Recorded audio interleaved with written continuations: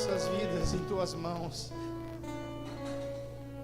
Nós não somos merecedores, tudo que temos é mérito seu, conquistado na cruz do Calvário. Nós te agradecemos. Amém e amém. Você está feliz?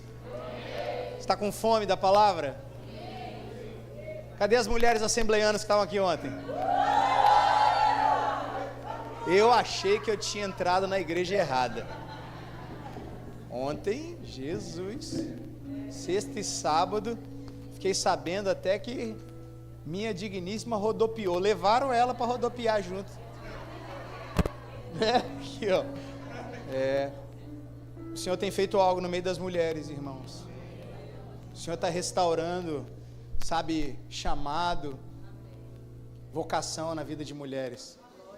A gente sabe que não é fácil, sabe, não é fácil nesses dias, com tanta insegurança, com tanto trabalho, filhos, é dever de casa, é se virar em 5 sendo uma, né? E eu sei que tem muitas aqui que já são mães, tem outras que ainda vão ser, mas a gente sabe que são dias difíceis que as mulheres estão vivendo, mas o Senhor ama as mulheres. O Senhor ama as mulheres, tanto que a primeira que foi avisada que Ele vive foi uma mulher. Primeira pessoa que viu que Ele não estava ali, porque procuras dentre os mortos se Ele vive, foi uma mulher que levou a notícia para os apóstolos. E foi uma mulher que estava ali aguardando, sabe, em jejum, em plena devoção, extrema devoção durante anos em toda a sua vida, e viu Cristo ser apresentado dentro do templo. O Senhor ama as mulheres, e o Senhor ama também os homens. Os homens não vão ficar para trás não, irmãos. Nós vamos ser esticados pelo Espírito aqui. Eu não sei o que o Senhor vai fazer, mas eu tenho falado algo. Eu sinto que a nossa agenda vai até julho. Depois eu não sei de mais nada. Sabe uma impressão no Espírito? Parece que o Espírito vai rasgar a nossa agenda. E eu tenho falado, Senhor, a gente faz a agenda aqui só para a gente organizar as coisas, mas não é trava. A gente está preparado a quebrar a estrutura e rasgar tudo na hora que o Senhor mandar, porque é o Espírito que governa essa reunião, é o Espírito que governa essa comunidade. Amém? E hoje eu quero falar sobre guerra. Hoje eu quero falar sobre guerra espiritual. Quero dar continuidade a um tema que eu comecei ano passado. Eu preguei uma mensagem intitulada A Arte da Guerra, mas eu já vinha falando desde 2022 sobre assentados nas regiões celestiais, sobre guerra espiritual. Quem se lembra aqui? Russo no Catálise também ministrou, dando continuidade a essa mensagem. E se te perguntassem hoje onde que começou a guerra espiritual, você saberia responder? Talvez algumas pessoas citariam algumas passagens de Paulo aos Efésios, aos Colossenses, outros talvez falariam do confronto que Jesus faz às trevas, dissipando as enfermidades, os espíritos malignos. Outros talvez poderiam citar passagens em que o povo de Israel entrou em batalha e foram libertos pelas mãos do Senhor, mas a verdade é que a guerra ela começa na origem, especificamente no jardim. E nessa noite eu quero mostrar como essa guerra foi instaurada, mas mais do que falar como a guerra foi instaurada, eu quero citar que desde o Gênesis, desde a origem, a palavra já diz como essa guerra seria vencida, amém? Glória a Deus, aleluia. Abra comigo Gênesis capítulo 3, versículo 14, hoje nós vamos literalmente de Gênesis a Apocalipse. Gênesis 3, 14, o contexto desse capítulo vocês conhecem muito bem. Trata-se da queda do homem em função do pecado original, influência da serpente, e é aqui que Deus afirma que a guerra espiritual se iniciaria. Gênesis 3, 14 diz assim: então o Senhor Deus disse à serpente: visto que isso fizeste, maldita és entre todos os animais domésticos e o és entre todos os animais selváticos, rastejarás sobre o teu ventre, comerás pó, diga comigo, comerás pó, todos os dias da sua vida. Verso 15, porém inimizade, diga comigo, guerra, entre ti, a serpente, e a mulher, entre a tua descendência e o seu descendente, este te ferirá a cabeça e tu lhe ferirás o calcanhar. Esse texto aqui, muitos teólogos chamam de proto-evangelho. a semente do evangelho, porque Deus, diante do cenário de condenação do homem, o homem que estava debaixo agora de uma sentença de morte, certamente morrerás, sujeito à morte eterna e à destruição. Aqui Deus, Ele apresenta a semente da boa notícia, ou seja, diante da condenação do pecado, que é a morte eterna, diante de todo o caos que surgiria, Deus, o próprio Deus, está falando que surgiria um homem que resolveria todo o problema, um homem que pisaria a cabeça, o governo da serpente, dissiparia o governo de Satanás. E também fala a forma em que esse governo seria destruído. Como? Quando ele fosse mordido no calcanhar, que aponta para a obra da cruz do Calvário. Há 4.000 anos atrás, antes de Cristo vir e morrer na cruz, há 4.000 anos antes de tudo acontecer, a própria Bíblia já anuncia o triunfo de Cristo sobre as trevas, de maneira que a vitória de Jesus é a nossa vitória. O triunfo de Jesus na cruz é o nosso triunfo. A alegria do Senhor é a nossa alegria, é a nossa fortaleza. Por isso hoje, para aqueles que estão em Cristo Jesus, não há mais condenação. Hoje nós temos uma promessa, a vida eterna. Glória a Deus! Entretanto, a Bíblia diz que haveria uma guerra. Diga comigo, guerra. Verso 15 deixa claro, porém, entre parênteses, guerra. Porém, uma guerra entre a mulher, da onde nasceria o Cristo, e a serpente, entre os filhos da serpente e o descendente da mulher e a sua descendência. Então a gente precisa entender que, embora a serpente tenha tido sua cabeça destruída, sua autoridade dissipada por meio da obra da cruz do Calvário, Satanás e seus demônios ainda têm um poder limitado. Diz comigo, poder limitado. O próprio Deus, Ele está dizendo aqui, como sentença ao erro da serpente, ao pecado da serpente, tu rastejarás e comerás do pó da... Como é que a serpente se alimenta?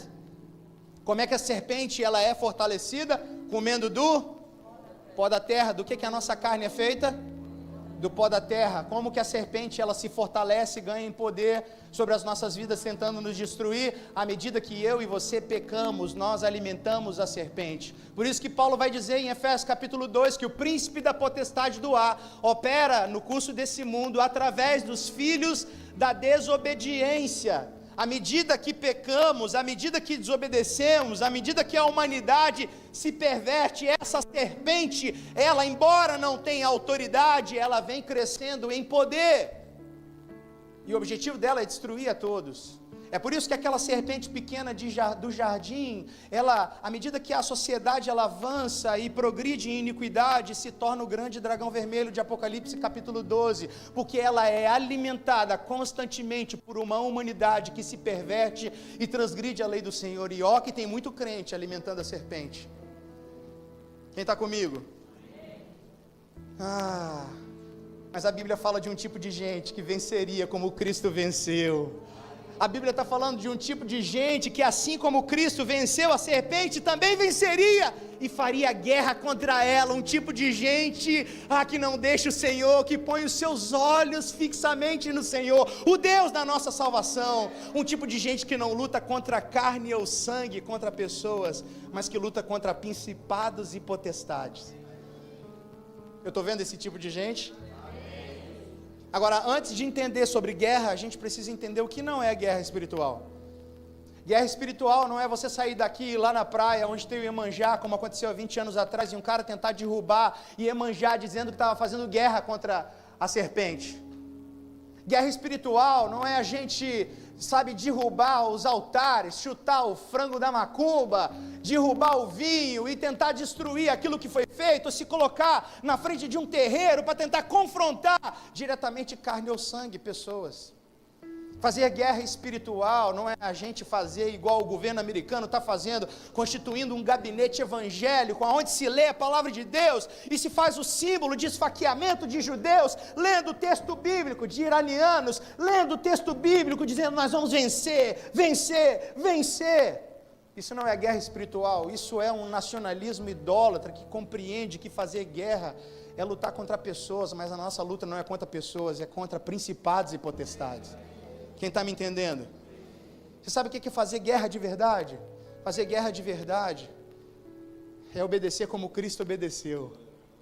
Fazer guerra de verdade é você subjugar a sua vontade, como a vontade de Cristo foi subjugada, para que a vontade do Senhor prevaleça. Isso é fazer guerra. Fazer guerra é sofrer como Jesus sofreu, sem, abrir mão de princípios e valores, mas perseverar naquilo que a palavra diz. Fazer guerra espiritual, a guerra verdadeira, é ir na contramão desse mundo. Enquanto o mundo está pregando ódio, a gente age em compaixão. Enquanto o mundo está querendo conquistar lugares altos, a gente desce para que ele cresça. Isso é fazer guerra espiritual. Enquanto as pessoas estão querendo reter, fazer guerra é doar, é se entregar. Na noite que foi traído, ele partiu e deu. Quer fazer guerra mais do que Jesus fez? Quer fazer guerra espiritual? Olhe para Jesus. Ele nos ensina a vencer a guerra, e nós vencemos essa guerra pelo sangue do Cordeiro, aleluia. Essa é a revolução de Jesus. Enquanto o mundo está caminhando em conquista, aquele que diminui, aquele que decidiu ser servo de todos, aquele que decidiu se humilhar como um servo, se tornando homem, nós precisamos aprender como Cristo a fazer guerra. Muitas vezes a gente está tão agitado que a gente se esquece como Jesus venceu. Aleluia. E foi esse tipo de guerra, foi esse tipo de comportamento que Jesus teve, que lhe conferiu não somente exousia, autoridade, mas também dunamis, poder, de maneira que ele saiu de um lugar completamente incandescente, com uma energia como se fosse um grande dínamo, dissipando as trevas. Aonde tinha demônios, demônios caíam fora. Um tipo de gente que vai entrar em hospital e as enfermidades elas vão ser dissipadas. Um tipo de gente que vai entrar na casa de pessoas aqui, pessoas há anos escravizadas na depressão, mas vão ser libertas, porque aonde há a vida de Deus, aonde há o rio de Deus, tudo que estava morto se transforma em vida. Aleluia. Aleluia. A gente precisa entender como Jesus venceu as batalhas, senão o nosso grande risco é perder a batalha. E eu quero mostrar para vocês o contexto da vida de Jesus, quando ele foi tentado. A Bíblia diz que Jesus foi tentado em tudo. Tudo que a gente já passou na vida, tudo que a gente foi tentado, a Bíblia diz que Jesus, ele já foi tentado e ele venceu. Não tem nenhuma tentação que a gente já sofreu, ou que vai sofrer, que ele não tenha sido tentado. Quem está comigo? Vocês conhecem bem a história de Mateus, capítulo 30, a gente vai mostrar como que acontece isso, e mais do que isso, eu quero mostrar quais são os efeitos da guerra e da vitória na guerra sobre a vida de Jesus. Jesus foi ungido aos 30 anos ali no Jordão. Jesus foi batizado por João Batista para que se cumprisse a justiça. Vocês conhecem bem essa passagem, amém? Mateus capítulo 3, ele é batizado.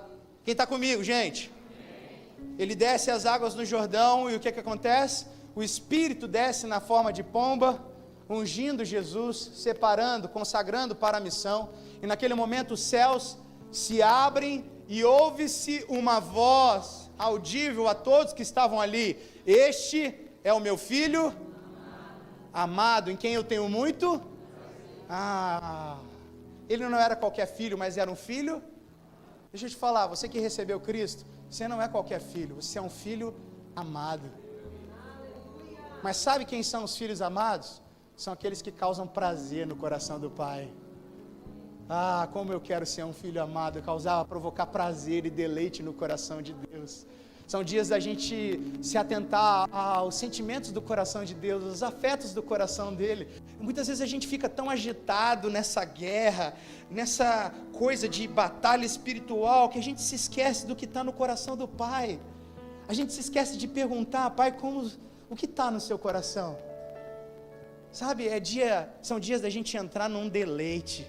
Tem muita gente agitada, dá para ver nos olhos de muitos, a agitação de um trabalho extenuante do dia de semana, agitação pela situação da casa, as contas a pagar, tanto problema, que muitas vezes a gente chega aqui para ouvir a palavra, a gente não consegue receber, porque o nosso coração está agitado, o nosso coração está um turbilhão de pensamentos. Ei, para nesse momento e fala: Pai, eu quero esvaziar o meu coração diante da sua presença e encontrar em Ti pleno deleite. Eu sei que na sua presença, na sua mesa há banquete, e eu quero participar desse banquete. Vamos, fale isso. Eu quero participar do seu banquete, Senhor. Eu quero ver os meus irmãos participando desse banquete, Pai. Eu quero ver os meus irmãos provando do pertencimento, da filiação, como o próprio Cristo, o Senhor, provou. Porque o Senhor disse que o Senhor nos ama assim como ama Cristo Jesus, um amor tão grande. Aleluia, o Senhor é digno, o Senhor é digno. Sabe, eu sinto pessoas agora sendo tomadas por esse sentimento de pertencimento, esse sentimento da paternidade de Deus, removendo a ansiedade. Comece a falar com Deus, saia da inércia e fala: Pai, tira essa ansiedade do meu coração, tira essa preocupação do meu coração, tira esse azedo do meu coração e enche o meu coração com seu pleno deleite.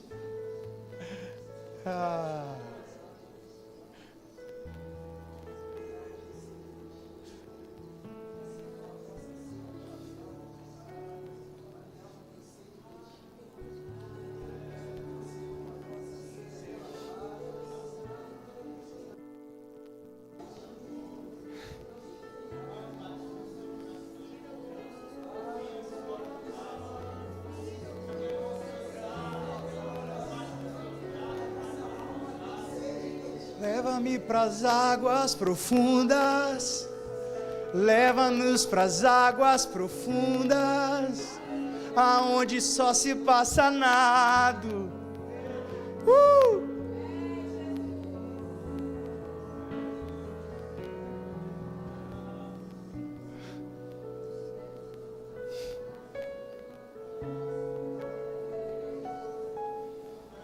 Sabe aqueles momentos que você sente de dar uma freada, porque papai quer entrar na casa?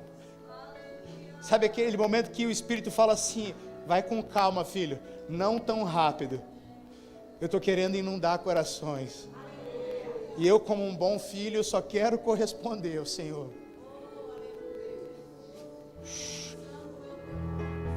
Eu vejo corações como taças vazias sendo completamente cheias a ponto de transbordar, cheias. Eu vejo vozes sendo silenciadas nos corações, para que a única voz prevaleça e domine o seu caminhar. Glória a Deus. O Senhor está querendo tirar pessoas aqui de um lugar onde os seus pés estão muito enfincados no chão, e você vai precisar tirar esses pés, porque o Senhor quer te levar para um lugar onde só se passa nada, um lugar de plena dependência. Por isso, Senhor, dai-nos um coração que ouve, um coração que corresponde aos seus anseios.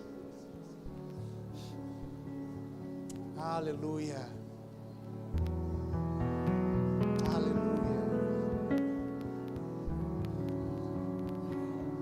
Então Jesus está nesse lugar no Jordão e ele ouve uma voz, a voz do papai, falando: você é meu filho amado, este é o meu filho amado em quem eu me comprazo. Foi um reconhecimento do pai para com o filho.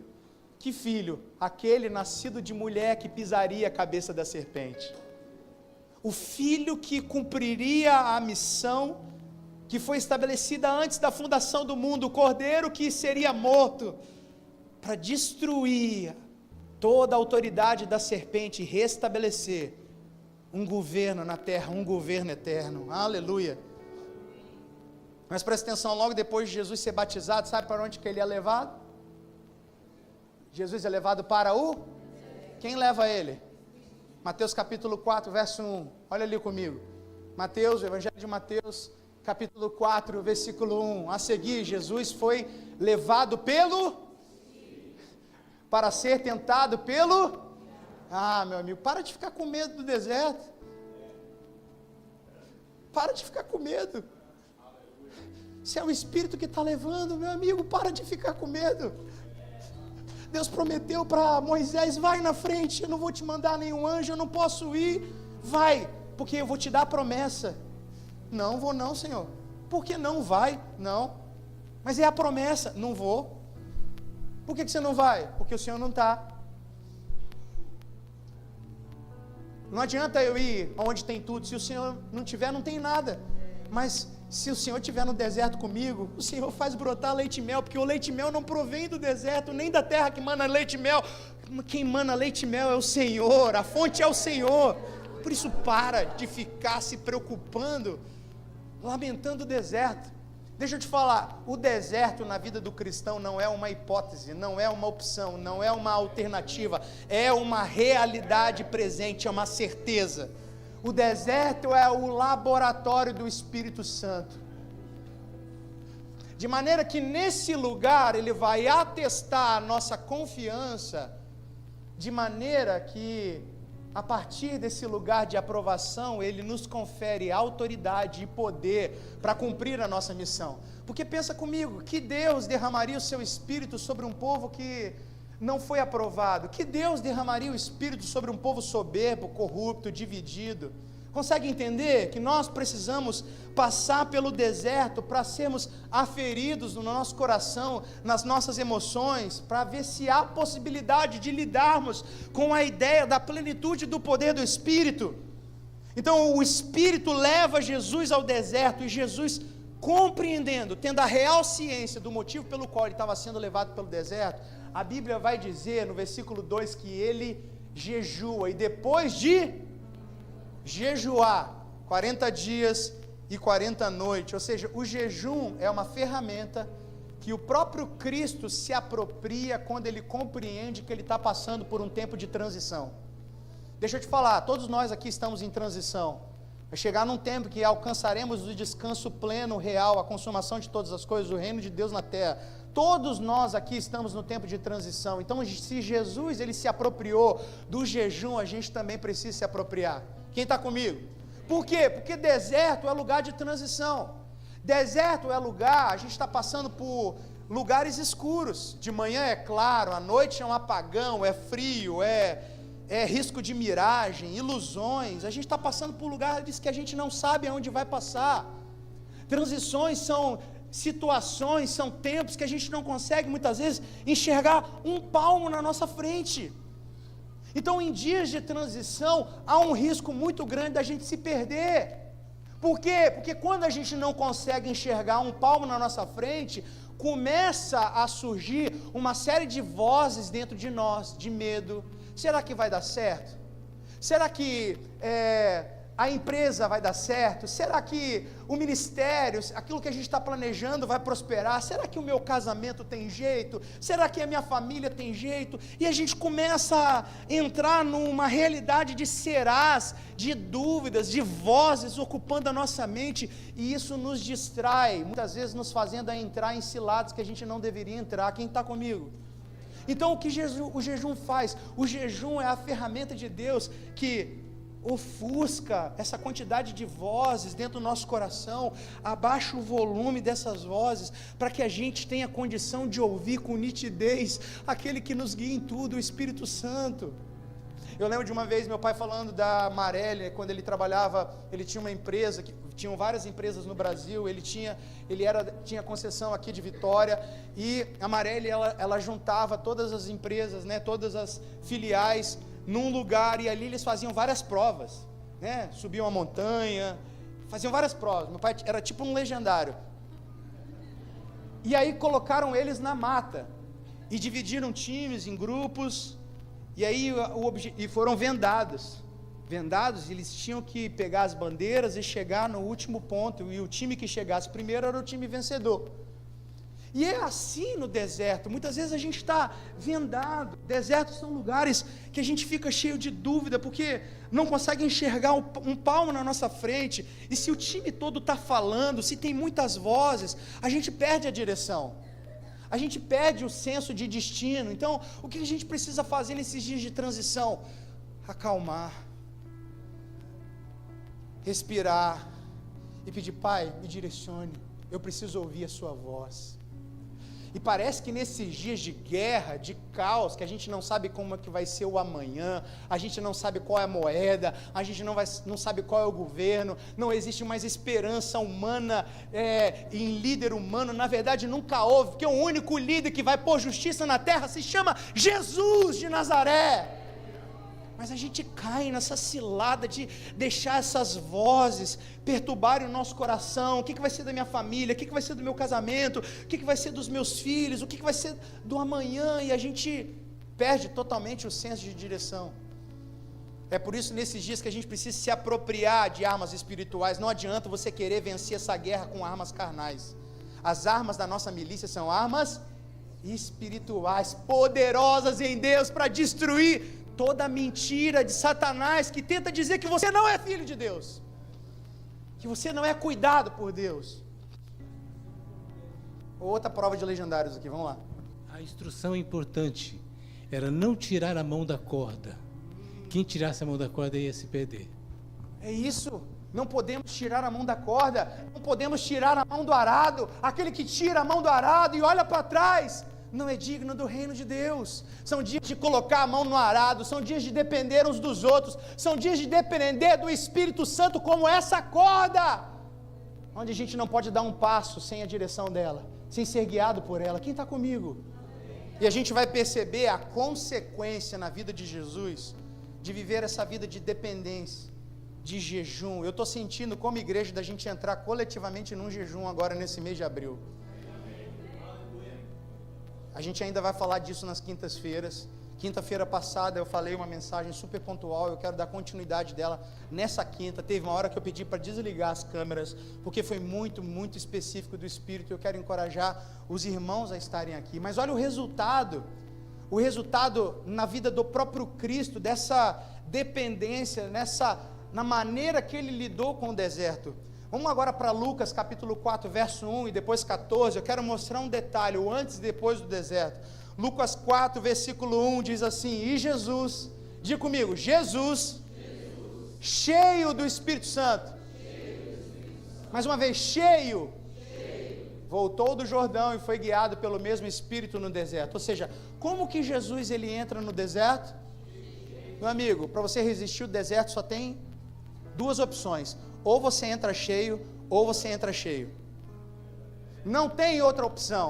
Ser cheio do Espírito não é uma boa notícia, não é um bom conselho, uma opção, é uma urgência. Nós precisamos nesses dias ser plenos, cheios do Espírito Santo. E como é que a gente cresce?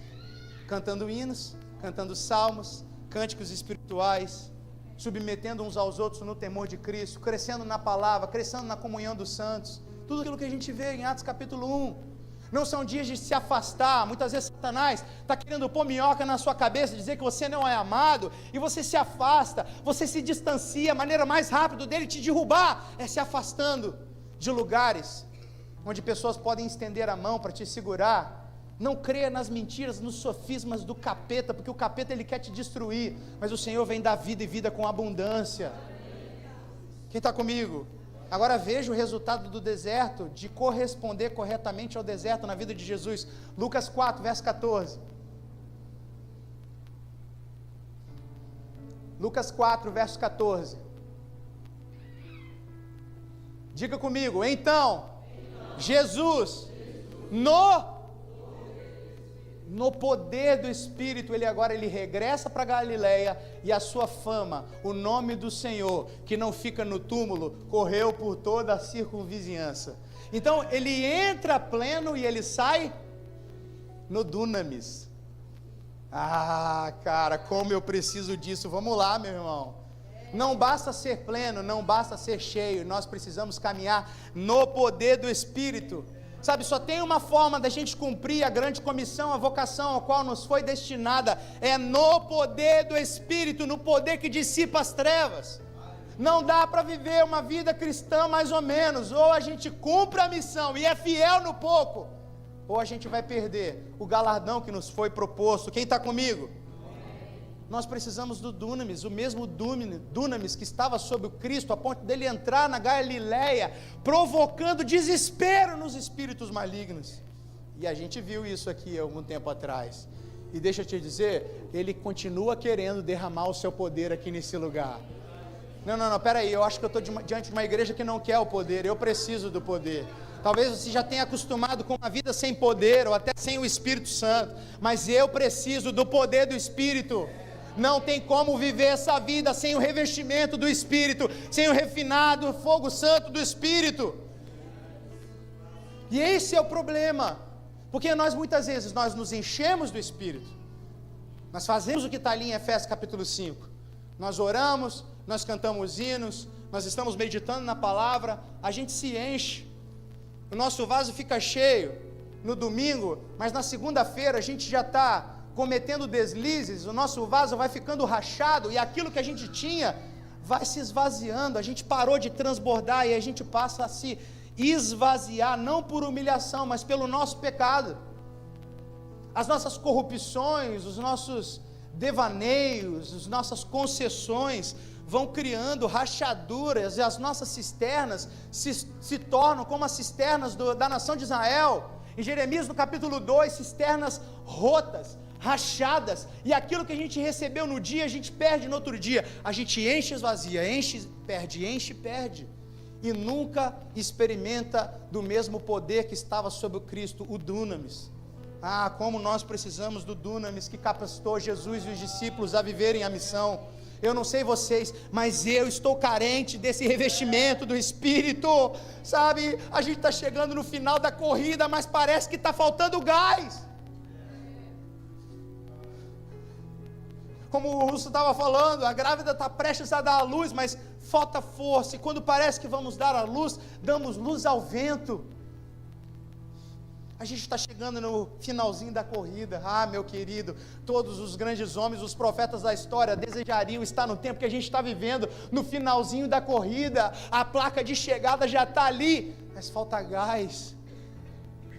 Nós precisamos clamar: Senhor, vem com o combustível da sua presença, para eu conseguir correr mais um pouco. Senhor, eu estou cansado, eu estou ferido, mas no seu poder eu corro mais 2 metros, mais 500 metros, quem vai andar mais 500 metros? Ei, Ezequiel, mais 500 metros, anda mais 1000 côvados, não parem não, mais 1000 côvados, Natan, não para na dúvida, mais 1000 côvados, ei Marquinhos, não para na dificuldade, mais 1000 côvados, é tempo da gente caminhar.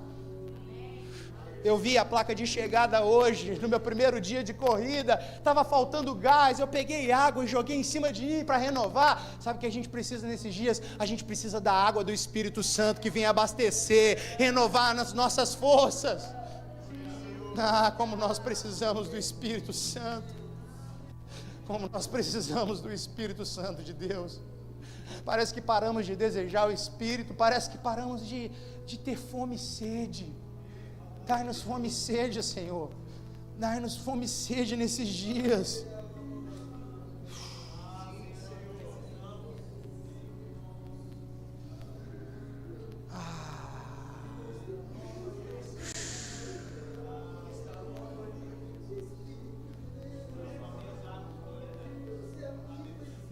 Nicodemos, venha, falta tão pouco.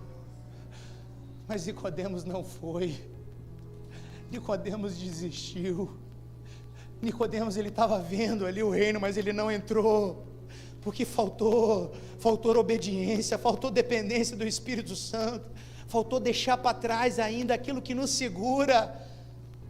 O autor de Hebreus ele fala, é hora de desembaraçar das coisas que nos prendem e do pecado que nos agarra e correr em direção ao alvo, ao autor e consumador da nossa fé, Cristo Jesus. Nessa arquibancada existe uma nuvem de testemunhas fiéis que estão lá no alto olhando. Ei, vamos lá, igreja dos últimos dias, vamos lá, igreja juntos por ti, vamos lá, igreja brasileira. Não para no cansaço, não para na frustração, não para na fornicação, não para no adultério. É hora de se levantar, uma noiva santa.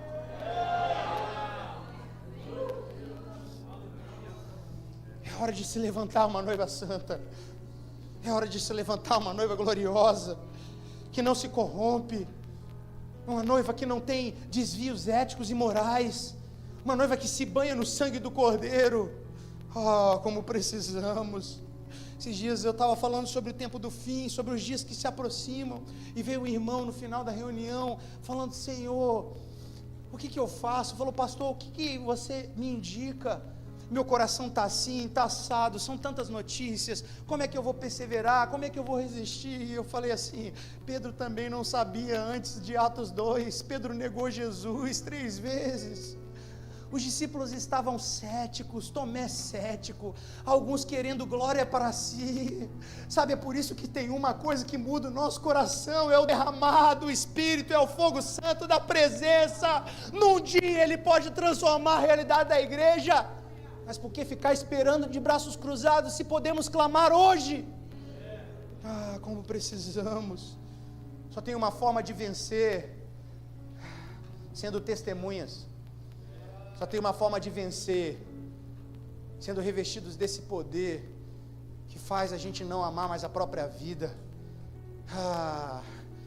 como Pedro, que decidiu ir até o fim, e não aceitou ser morto de cabeça para cima, mas de cabeça para baixo, porque ele não era digno de ser igual ao Cristo, morreu crucificado.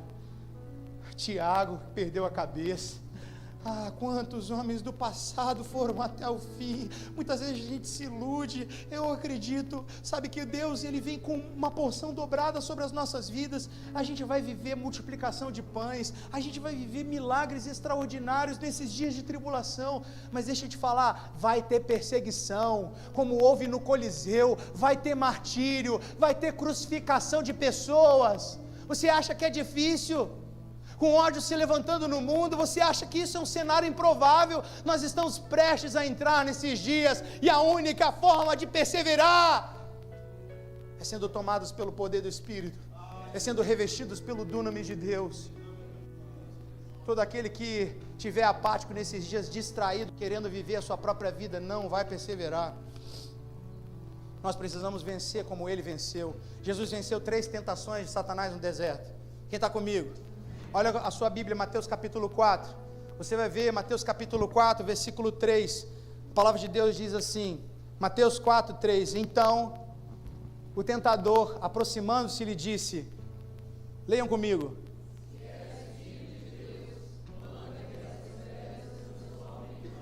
qual que era a última coisa que Jesus tinha ouvido do Pai no batismo? Tu és o meu? A primeira coisa que o inimigo sempre tenta fazer é atacar, o cheque que ele tenta dar é atacar a sua compreensão da paternidade de Deus. A primeira coisa que ele tenta é te separar da compreensão de filho com o seu pai. Jesus tinha acabado de sair do batismo, você é meu filho. Agora investida na mente é, será que você é mesmo filho de Deus? E Satanás não muda de estratégia, desde a origem, desde o Éden, ele usa a mesma estratégia com Eva, você ainda não sabe de tudo, você não é a imagem de Deus, porque se fosse, você saberia de todas as coisas. Agora, se você comer desse fruto, você vai saber do bem e do mal. Então, a primeira coisa que o inimigo tenta fazer é te gerar um senso de escassez. Ora, o mal, a serpente, aparece no último dia, no 40º dia, em que Jesus estava com fome, uma necessidade carnal. Todo ser humano tem a necessidade de se alimentar, tem necessidade de beber água. Ele aparece no último dia, onde Jesus estava com fome. Satanás sempre vai aparecer numa situação de fragilidade, para dizer que Deus não é o seu pai. O inimigo sempre vai aparecer numa situação de fragilidade, para que você passe a enxergar a vida pela ótica da escassez.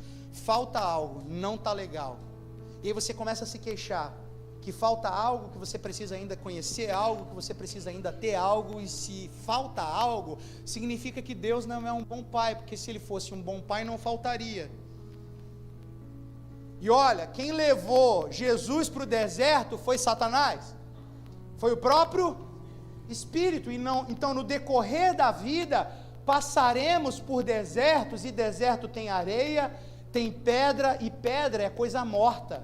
Deserto é coisa estéril, esterilidade, aridez, escassez.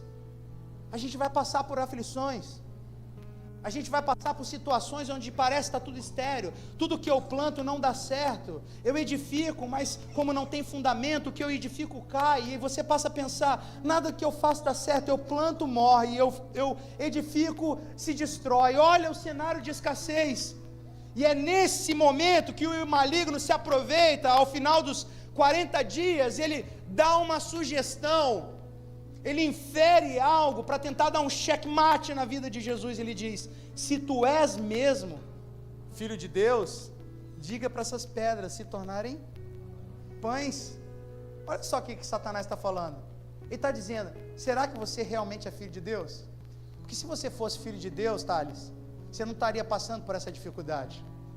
Se você fosse realmente filho de Deus, Paulo, o pai, se ele fosse realmente pai, você não estaria vendo pedras, estaria vendo pão. Por que pai, quando o filho está precisando de pão, vai proporcionar um lugar que tem pedra? E aí você olha a sua volta, só tem esterilidade. Você olha a sua volta, parece que o cenário não muda. Você muda de emprego e o emprego continua escassez, aridez. Seu relacionamento parece que não vai mudar. Existem promessas e promessas, mas a coisa não caminha. Seu relacionamento não caminha. É pancada atrás de pancada na cabeça. Aí quando está tudo caótico, você olha para Deus e fala assim: ó vida, ó céus, até quando? Será que realmente eu tenho um pai? E aí a serpente vem e fala: não, você não tem um bom pai. Gabriel, olha a situação que você está vivendo. Pastor Gui tem um pai, que o pastor Gui está sendo abençoado. Deus tem os seus preferidos. Ele é um filho muito amado, você não é. É por isso que você está vivendo nessas circunstâncias. E aí você começa a se comparar, e a comparação vai promover ira, ansiedade no seu coração. Você está comigo? E aí ele chega nesse momento e vai instigar, diga comigo, instigar. Jesus, ele vem com um plano B. Quando está tudo caótico e você tem a certeza que você está vivendo num tempo de escassez, e que parece que ele não é o seu pai, parece que Deus virou as costas. Está fazendo sentido o que eu estou falando? Ele apresenta uma solução, um plano B, exatamente como ele fez com Eva. Ô Eva, você ainda não conhece tudo, então come aqui. Com Jesus ele chega: se tu és filho de Deus, então diga para essas pedras se tornarem pães. Ou seja, em vez de você ficar dependendo do que flui da boca de Deus, vai você mesmo resolver o seu problema.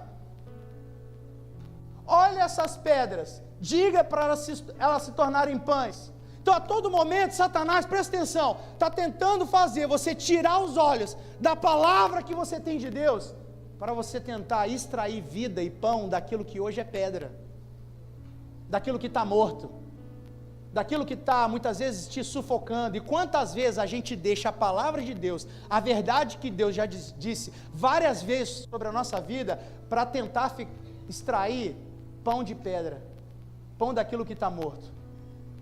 Quantas vezes a gente está tentando extrair vida daquilo que Deus já falou assim: acabou o tempo, e você ainda está tentando extrair vida disso. E aí Deus tem que fechar as portas várias vezes na sua vida, para você ter compreensão de que aquela não é a palavra dele. Por isso Paulo vai dizer para Timóteo: Timóteo, milita com base nas palavras que eu disse ao seu respeito, que o Senhor disse ao seu respeito. Milita com base nelas o bom combate. Tem muita gente tentando lutar com base nas palavras que vieram segundo a sua vontade, não segundo a boca de Deus. E você insiste, e isso pesa, e isso te sufoca. E qual a maneira que a serpente chega? Ela chega num tempo de fome, num tempo de escassez. Nós estamos vivendo dias propícios à escassez, porque o cenário mundial só tende a piorar. E é nesse tempo que o inimigo vem com sofismas na nossa mente para dizer que você não é filho de Deus. Ah, meu amigo, e sabe como é que Jesus responde?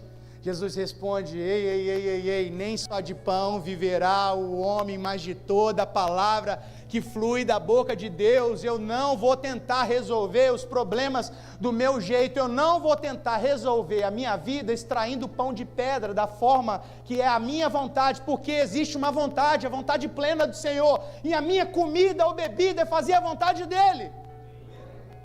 Aleluia, aleluia. São dias de voltar para a palavra de Deus.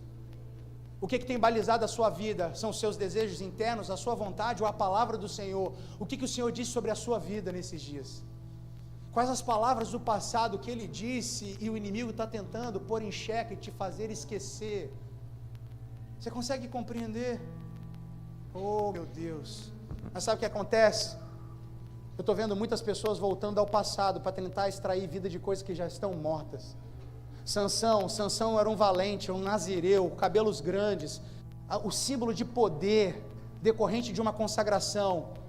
Certa vez ele venceu um leão na força do seu braço, o leão morreu, mas alguns dias depois ele vê dentro da boca desse leão uma colmeia com mel, e ele está com fome, ele come de algo que está morto, que ele já tinha vencido, e ainda pega aquele mel e doa para os seus pais.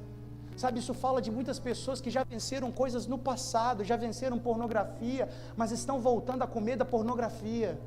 Está falando de pessoas que venceram divórcio e adultério, estão errando da mesma forma, estão voltando ao passado. Está falando de pessoas como a nação de Israel, que já foi tirada de um lugar chamado Egito e está agora no deserto, no lugar de transição, que é para viver independência, estão querendo voltar para o deserto, tendo saudades porque lá tinha um alimento. Ei, nesses dias você vai ser tentado a extrair pão de pedra, porque Satanás vai dizer: ei, que pai vai dar uma pedra para o seu filho? Olha o cenário que a gente está. Mas deixa eu te dizer, Jesus conhecia o Pai, e nada melhor do que conhecer o nosso Pai. Por isso que Jesus ele vai dizer depois para os discípulos algo que ele já estava ruminando no coração dele: ei, que pai cujo filho pede pão e dá uma pedra? Não, o meu pai não é assim. Eu sei que se eu pedir para ele, ele vai me dar pão, porque se vocês que são pais sabeis dar boas dádivas aos filhos de vocês, quanto mais o meu Pai que está no céu, Ele vai nos dar as boas dádivas, Ele nos dá o Consolador, Ele nos dá o suprimento, Ele cura as nossas vidas. Irmã Juju estava com um diagnóstico, Dani, dentro da barriga dela, estava com um diagnóstico certo de síndrome de Down. Ela estava triste no primeiro dia, mas o Espírito foi encorajando o coração dela a acreditar que tudo poderia ser revertido. Porque eu sempre tive um princípio: existem fatos, diga comigo, fatos. Fatos podem ser atestados por um exame médico. Fatos podem ser atestados por um raio-x, uma ressonância, um diagnóstico. Mas uma coisa que é maior do que fato se chama verdade. E a verdade quem define não é o médico, não é nem a circunstância. A verdade quem define é o Senhor. Pode o fato dizer uma coisa, mas se a verdade de Deus for outra, o que prevalece é a verdade, se a gente confiar naquilo que flui da boca de Deus. Amém? E ela foi fazer exame e o menino não tem nada, perfeito. Glória a Deus, porque Deus é o nosso juiz e a nossa fortaleza. Aleluia, aleluia. Não, para de ficar olhando para o passado, voltando a comer da boca de um leão morto. Para de ficar vivendo de frustrações do passado. Tem coisas que Deus já mandou encerrar que você ainda está continuando. Tem namoros que Deus já falou assim, para, e você está insistindo. Tem trabalhos que você está fluindo fora da vontade de Deus, e Deus já falou: eu já te disse há 3 anos que era para fazer isso, e você está decidindo em outra coisa. Eu lembro do Lipe. Cadê o Lipe? O Lipe está ali, no lugar ali dos autistas. Ali, ó, a nossa cadeirinha ali. Os divergentes. Só eu, ele, o resto é com laudo. Procure um laudo para sentar ali, tá? A gente vai colocar uma plaquinha ali. Felipe estava num trabalho. Ele entra nesse trabalho, estava uma maravilha. Ali Felipe tinha clareza de que o Espírito estava treinando ele para um tempo. Mas ele começou a entender que aquele tempo estava findando. E muitas vezes, quando o tempo está findando, meu irmão, Deus levanta Faraó. E Deus levanta um filho do demônio lá. Sério? E ele pregando para o cara. E ele entendendo: meu Deus, eu fico ou vou? Tem vezes que Deus manda ficar para a gente passar pela prova na moenda e ter o nosso caráter transformado. Mas o Felipe falou assim: peraí, deixa eu raciocinar. Eu estou num lugar que nunca Deus falou que eu ia estar aqui, mas eu tenho uma palavra. Há 2 anos, Felipe estava ali num canto, eu estava ali orando, e eu via Felipe assinando um contrato, e no contrato só tinha o nome dele. Naquela época ele estava sendo instigado a fazer uma sociedade com o ímpio, e ali naquele momento o Senhor falou assim: Felipe, você vai assinar um contrato, só tem o seu nome, não aceite sociedade. Eu vejo Deus fazendo pontes com outras nações, e através dessas pontes que vão ser construídas, Deus vai abençoar muitas pessoas que você vai colocar para caminhar sobre essas pontes. Felipe falou assim: eu tenho uma palavra que flui da boca de Deus, eu tenho uma pedra, é pesada e já está passando. E ele estava ali, ele chegou para mim e falou assim: pastor, eu estou sentindo agora que é a hora de ir. Eu falei: Felipe, Deus te abençoe, você tem a palavra? Você crê? Então vai. Naqueles dias foram dias de deserto, de provas, por quê? Porque muitas vezes o inimigo vem dizendo: você está fazendo a coisa errada, você está fazendo a coisa errada, e ele ali pelejando, se humilhando, o bicho começou ali a se consagrar, descer mais um pouco, sabe, a descer em devoção.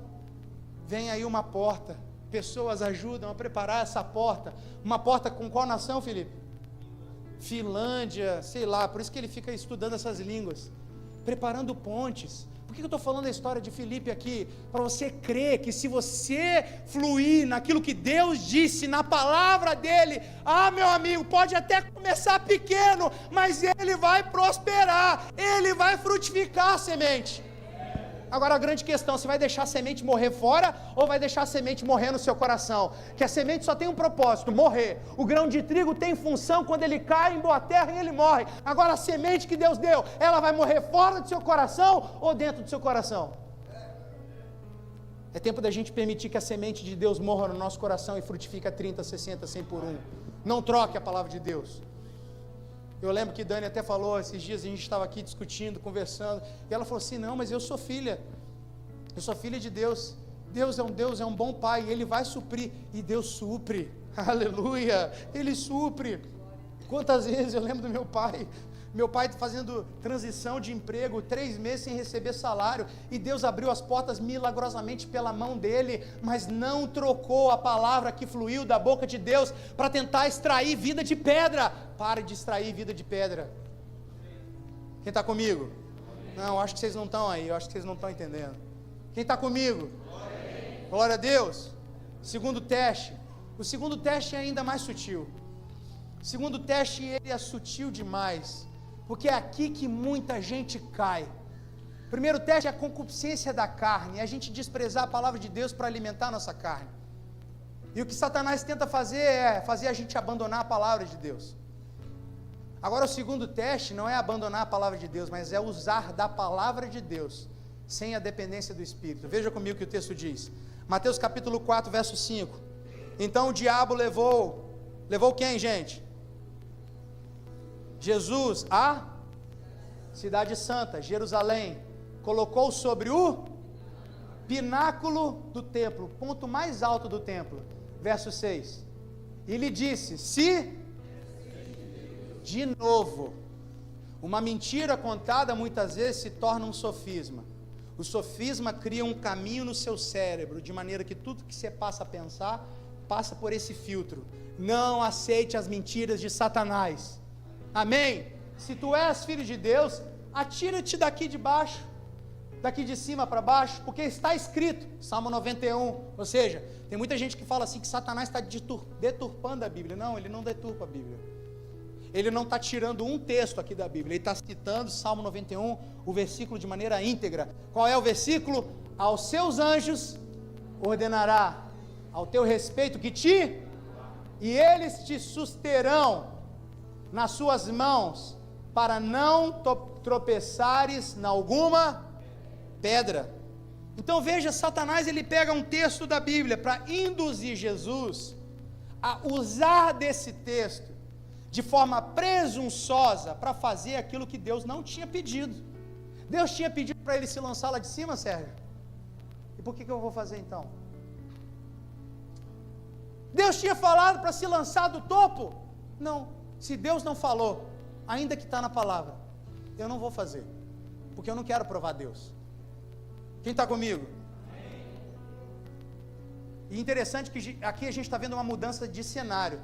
Na primeira tentação, Jesus está agora na segunda tentação, não parece que o ambiente muda? Ele é levado para onde? Cidade da paz. Opa, Jesus é levado para um lugar de paz.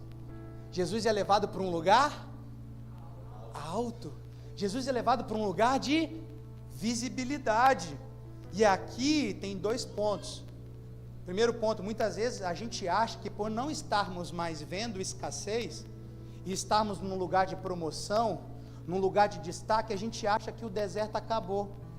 Mas sabe como é que a gente chama o cenário que muitas vezes a gente está? Miragem.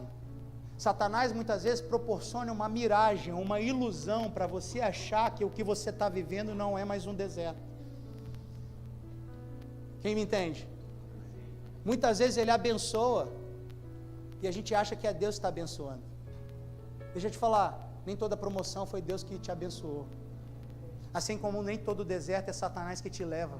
E a gente está achando que é Satanás que está nos levando para o deserto, quando é o Espírito que nos leva, e a gente continua achando que é Deus que está nos promovendo, quando são portas para aferir a nossa fidelidade. Você está compreendendo? Muitas vezes a gente é promovido não pela vontade de Deus, mas são portas que Satanás coloca para testar a nossa fidelidade. E aí que surge o problema, porque o engano, quando a gente está na prova, meu irmão, já passou pela prova? Já passou por dificuldade financeira? Já passou por crise? Só tem rico aqui, ninguém levantou a mão. Já passou por prova? Passou por enfermidade na família? Crise na família? Seu filho já engoliu uma pedra, uma bolinha de gude? Já, Fran? A Fran, ela vive prova toda semana. Meu Deus do céu. Quando a gente está vivendo prova, meu irmão, a gente sobe monte.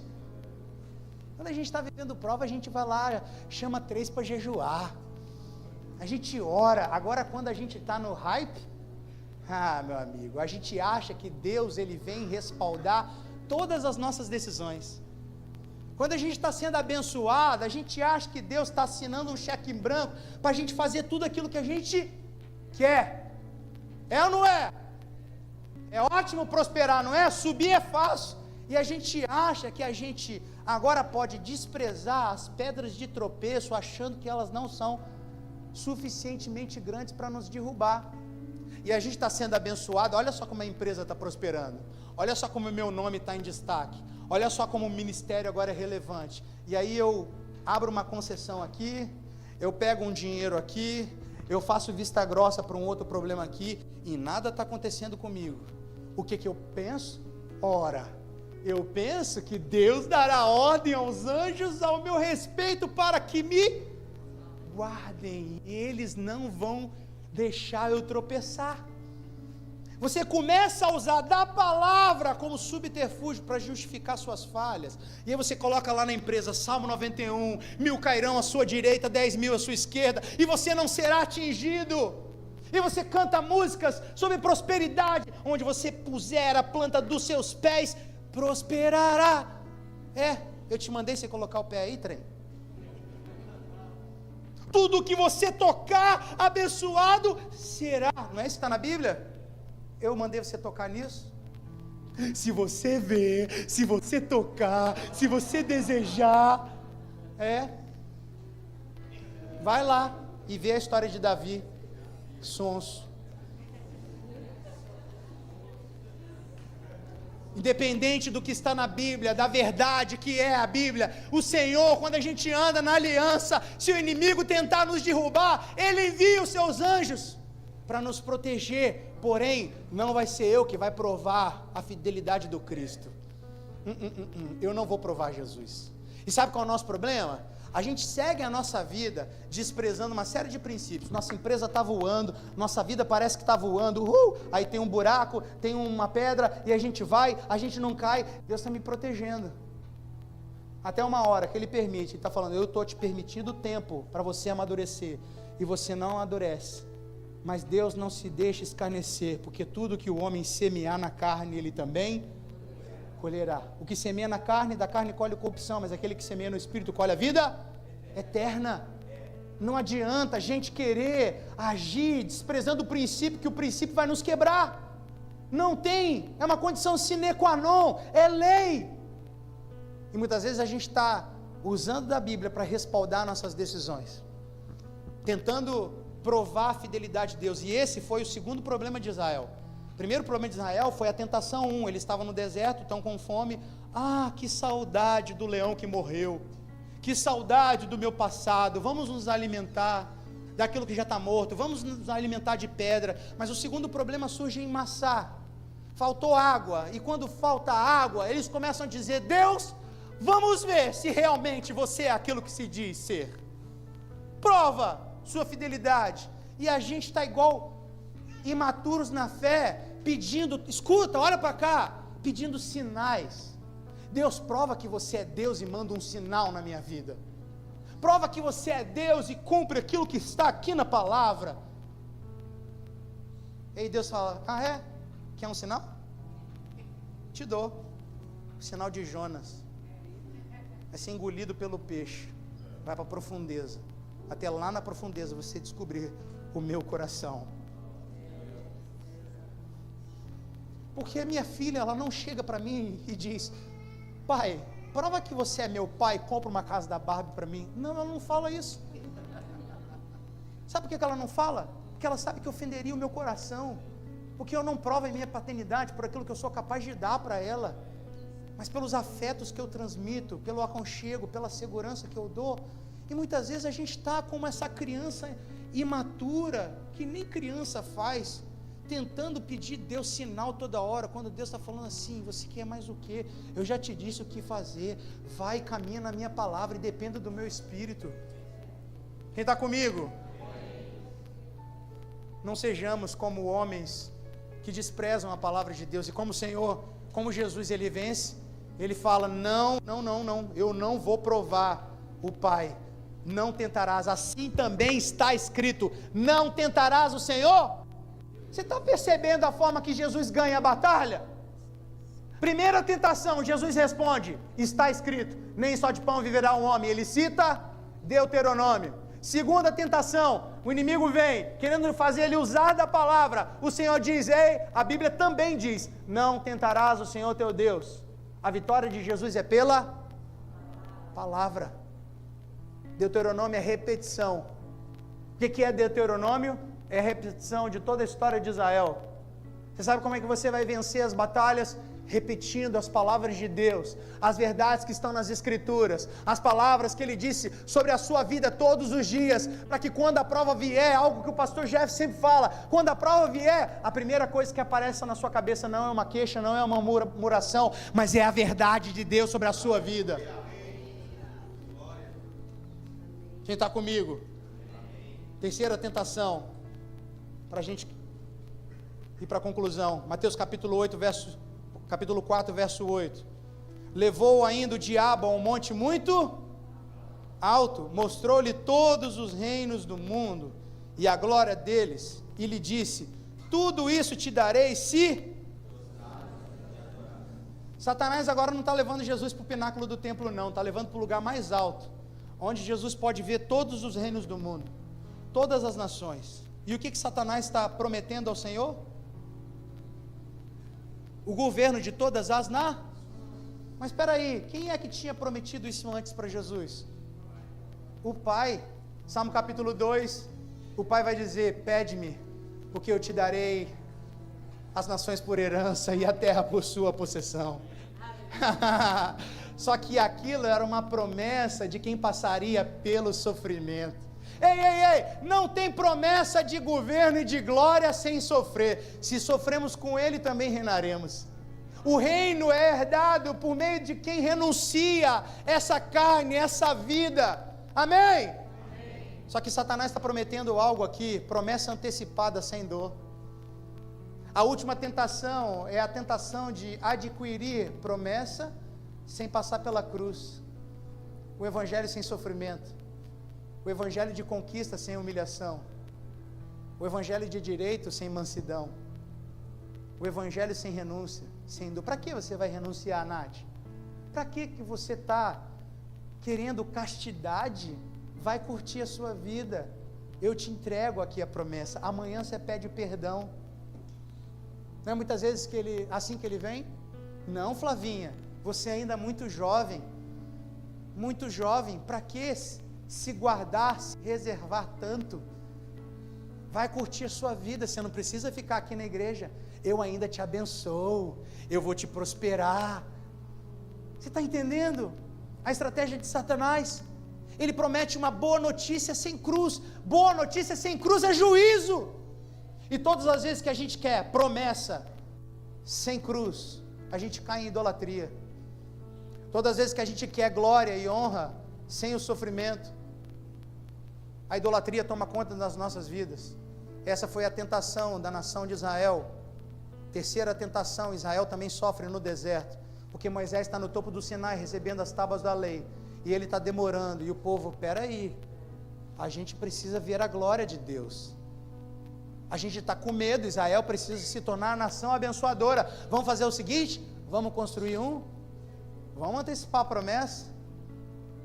Tem várias pessoas na Bíblia que receberam promessa de Deus e tentaram antecipar, porque não entenderam o tempo e modo. Deixa eu te falar, para toda promessa, todo propósito, tem duas coisas, diga comigo, tempo e modo.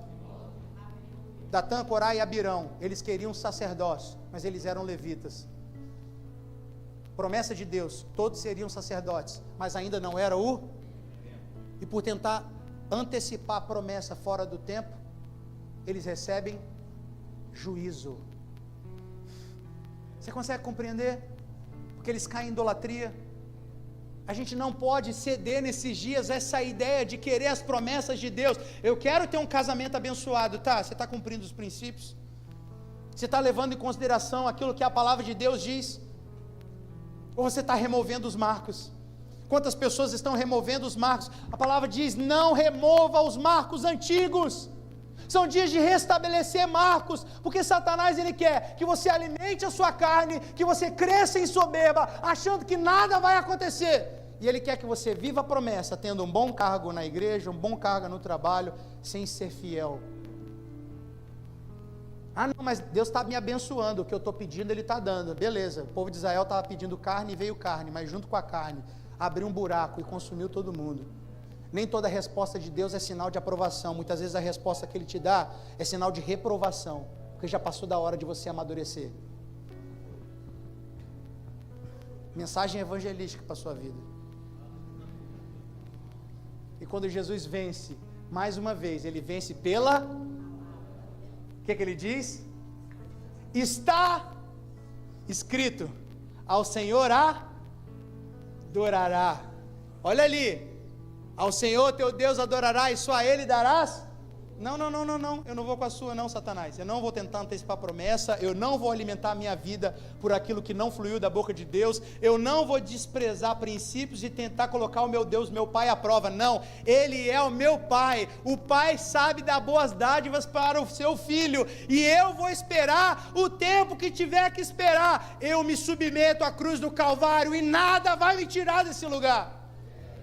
E quando Jesus ele se submete, deixa eu dizer uma coisa, a aprovação é por pouco tempo se você se submeter a Deus. Tiago capítulo 5 versículo 7 fala, submetei-vos a Deus, resisti ao diabo e ele fugirá de vós. 1 Pedro 5,6 vai falar, humilhai-vos debaixo da poderosa mão de Deus e no devido tempo ele vos exaltará. Sabe o que Deus está falando para a sua vida? Se humilha mais um pouquinho. Ei, são dias de descer, são dias de se humilhar, porque quando você descer, como Cristo desceu, anjos vão vir para servir, como vieram para servir o Senhor, o próprio Deus vai vir para alimentar. O pão não deixou de vir, mas o pão não foi um pão gerado pela pedra, foi o pão gerado do céu, o pão vivo, ali Cristo se torna o pão vivo, aleluia, aquele que se alimenta do Pai, e agora vai alimentar uma multidão de almas, glória a Deus, aleluia, Ele venceu, e se Ele venceu, nós também podemos vencer. Eu vou falar de novo, se Ele venceu, nós também podemos vencer a provação do deserto. Não importa quão difícil está o seu deserto, se Cristo venceu, Ele te dá força para vencer. Eu quero ler um último texto aqui, sabe por quê? Porque da mesma forma que Cristo foi levado ao deserto, toda igreja vai ser levada ao deserto nesses dias. Mas, deixa eu te falar, a Bíblia fala, no mundo tereis aflições, mas tem de bom, pois eu venci Cristo venceu. A Bíblia vai dizer que o sofrimento do tempo presente não há de se comparar com a glória que há de ser revelada. Durante toda a nossa vida nós temos sofrimento, o sofrimento faz parte da vida do cristão, mas nós temos uma promessa, Agora deixa eu te dizer uma coisa, por mais que passemos por tribulação, a Bíblia diz que vai chegar um dia, e está chegando perto do fim da corrida, que nós vamos enfrentar a maior tribulação que a história já viu. 3 anos e meio, 1260 dias. Jesus, no sermão profético, vai dizer que se não fosse abreviado, ninguém suportaria, mas por causa dos eleitos, ele estabelece esse tempo de perseguição. Vai ter perseguição, vai ter martírio, a igreja como Jesus vai ser levada ao deserto. Amém? Amém. Palavra motivacional. Mas deixa eu te dizer o que vai acontecer para aqueles que estão em Cristo. Apocalipse 12:10 e 12:11. Vamos ler junto? Apocalipse 12:6 primeiro. Coloca o 6. Nós vamos ler esses 3 versículos. 12, versículo 6. Tem certeza que é esse daí? Ó que eu vou, hein? Vamos ler junto? 1, 2, 3.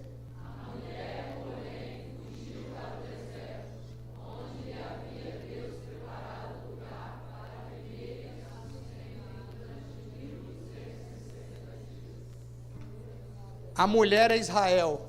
A Bíblia está dizendo que a mulher, Israel, vai ser levada ao deserto durante 1260 dias. Versículo 17 vai dizer que a mulher e os seus filhos, Israel, e todos aqueles que têm a fé em Cristo Jesus se tornam filhos de Abraão. Israel não segundo a carne, mas segundo o Espírito. Olha só, não vou ler esse texto para não entrar agora nesse detalhe. Versículo 10. Presta atenção comigo. Nesse período de grande tribulação, a serpente, a mesma que apareceu para Jesus no deserto, agora não como serpente, agora como grande dragão.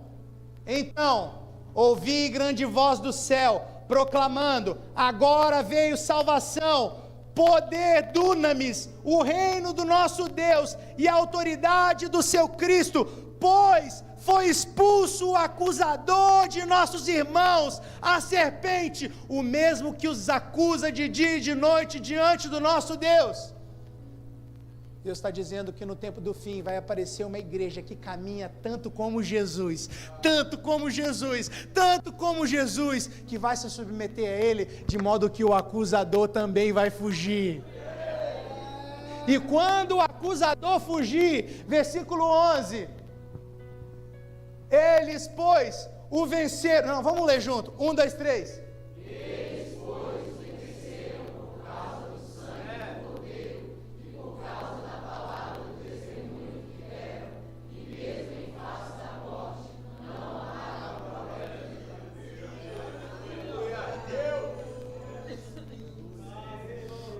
Você sabe como é que a gente vai vencer, Natan? Está aqui, ó, primeira forma. Por causa do sangue do Cordeiro. O Cordeiro foi ferido e o seu sangue verteu na cruz do Calvário.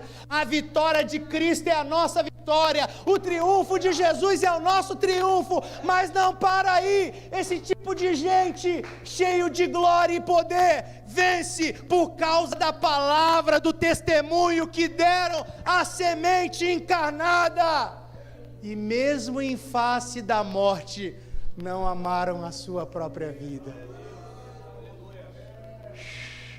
Um tipo de gente que não vai dar a semente, não vai deixar a semente morrer fora, vai deixar a semente morrer no nosso coração, para frutificar um testemunho encarnado. Aleluia, eu quero viver esse testemunho encarnado, Vini, na minha casa, com os meus filhos, com a minha esposa, com a nossa comunidade de fé, com a igreja na nação brasileira, com a igreja entre as nações, vivendo tudo aquilo que a palavra disse ao nosso respeito.